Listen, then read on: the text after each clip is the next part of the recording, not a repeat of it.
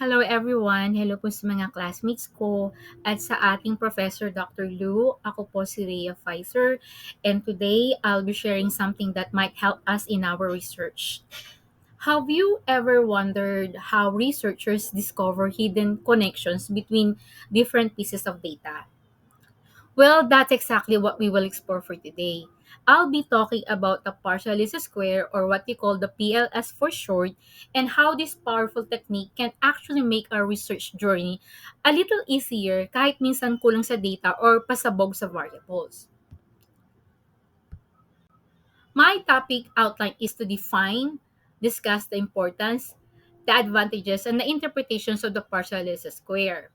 The partial least square is a research tool that helps us to connect, and predict outcomes between different pieces of data, even when the information is not perfect. Now, why is partial least important? It is important kasi it helps researchers analyze data in a simpler and more accurate way.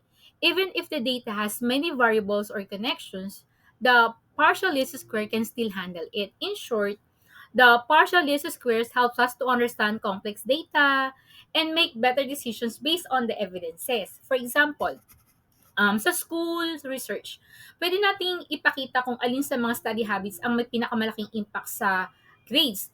There are many advantages of using the partial least square. Una, madali itong gamitin kahit small size lang yung data. Pangalawa, it can work even if the data doesn't follow normal patterns, kaya very flexible siya. At ang pangatlo, it can predict outcome effectively, which help the researchers more reliable. So, using the partial least squares, it helps researchers save time, analyze better, and create stronger results.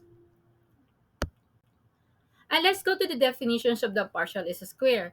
The partial least square is a statistical techniques for predictions and relationship analysis.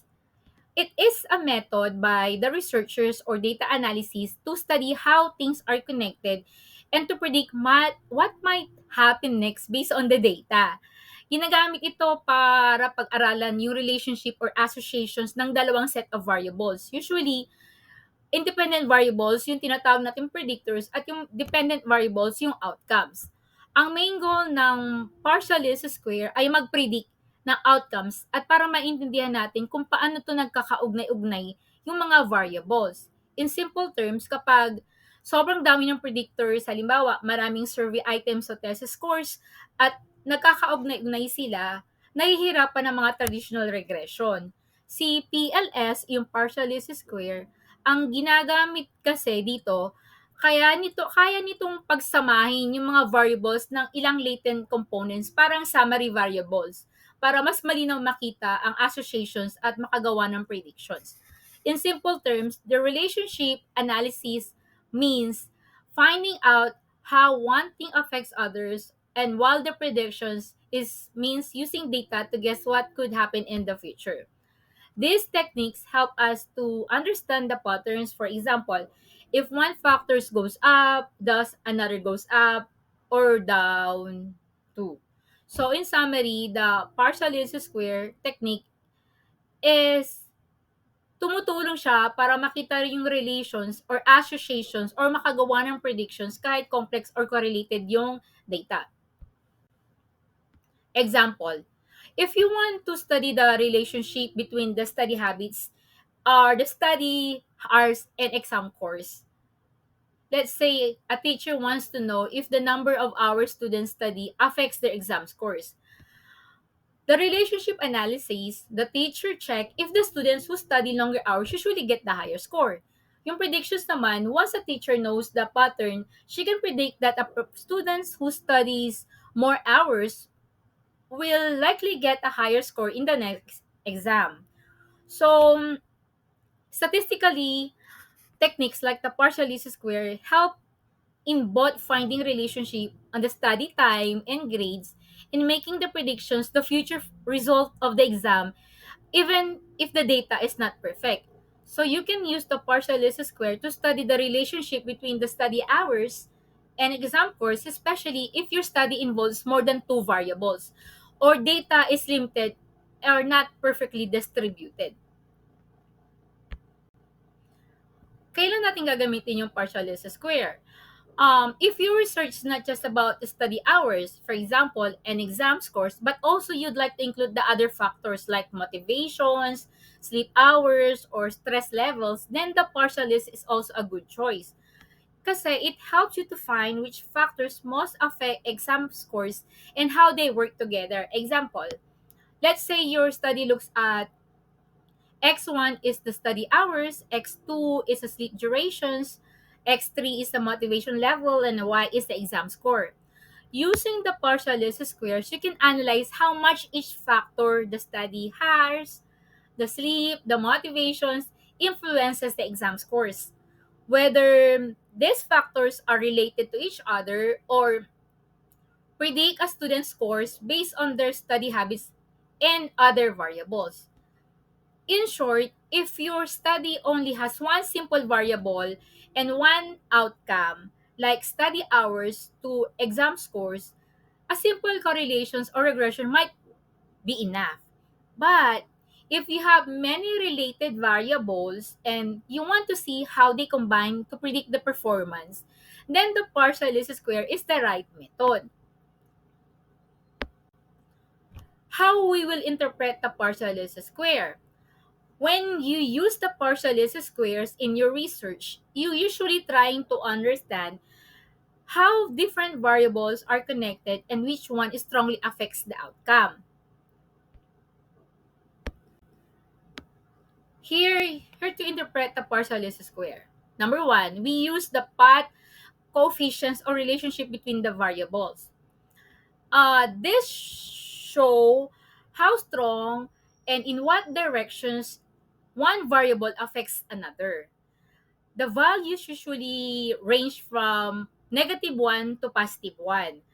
A positive value means one as one variable increases, the other also increases. A negative value means as one increases, the other decreases. Example, if path coefficient between study hours and exam scores is positive 0.70, it means that the student who study longer tend to have a higher score and the relationship is strong. Number two, we could use the R squared or the coefficients of determination. This tells you how much of the outcome can be explained by your independent variables. It ranges from 0 to 1 or 0% to 100%.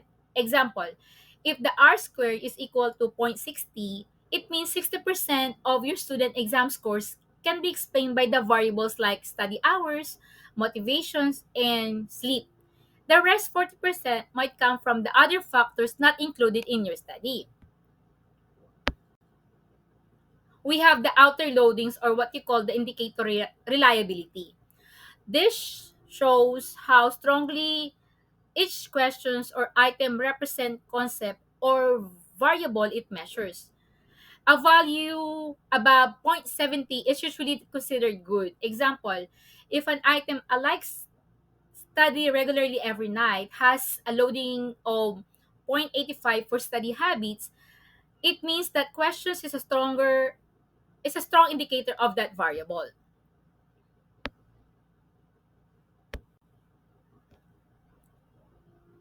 We also have what we call the significance or the p-values or t-values. This tells if the relationship you found are statistically significant, meaning you're not just they're not just by chance. Usually, if the p-value is less than 0.05, the relationship is significant. Example, if the relationship between motivations and exam scores has a p-value of 0.01, it means the connections is real and meaningful in your data.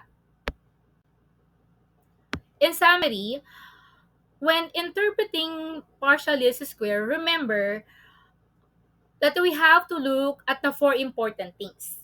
First, the path coefficients shows how strong and what directions two things are related. For example, if the path coefficient between study hours and exam scores is positive 0.70, it means that the students who study longer usually get the higher score.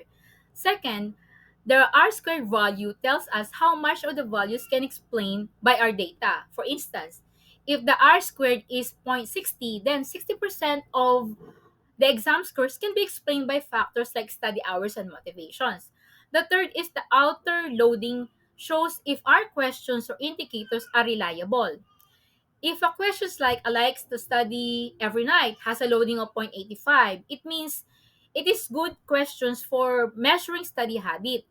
Lastly, significance tells us if this result are real or just by chance. If the p-value is less than 0.05, it means the result is significant. In short, the partial least squares help us to find out things are connected, how strong the relationship are, and if the result can be trusted. As we end these discussions, let's remember that the partial least square is not just a statistical tool. It's a way to make sense of data and find meaning in numbers. It teaches us that even when data is imperfect, we can still discover valuable insights. With the right understanding and applications, partial least squares helps us to make better and more evidence-based conclusions in our research. Thanks so much for listening, and I hope you learned something new today. Thank you. Bye.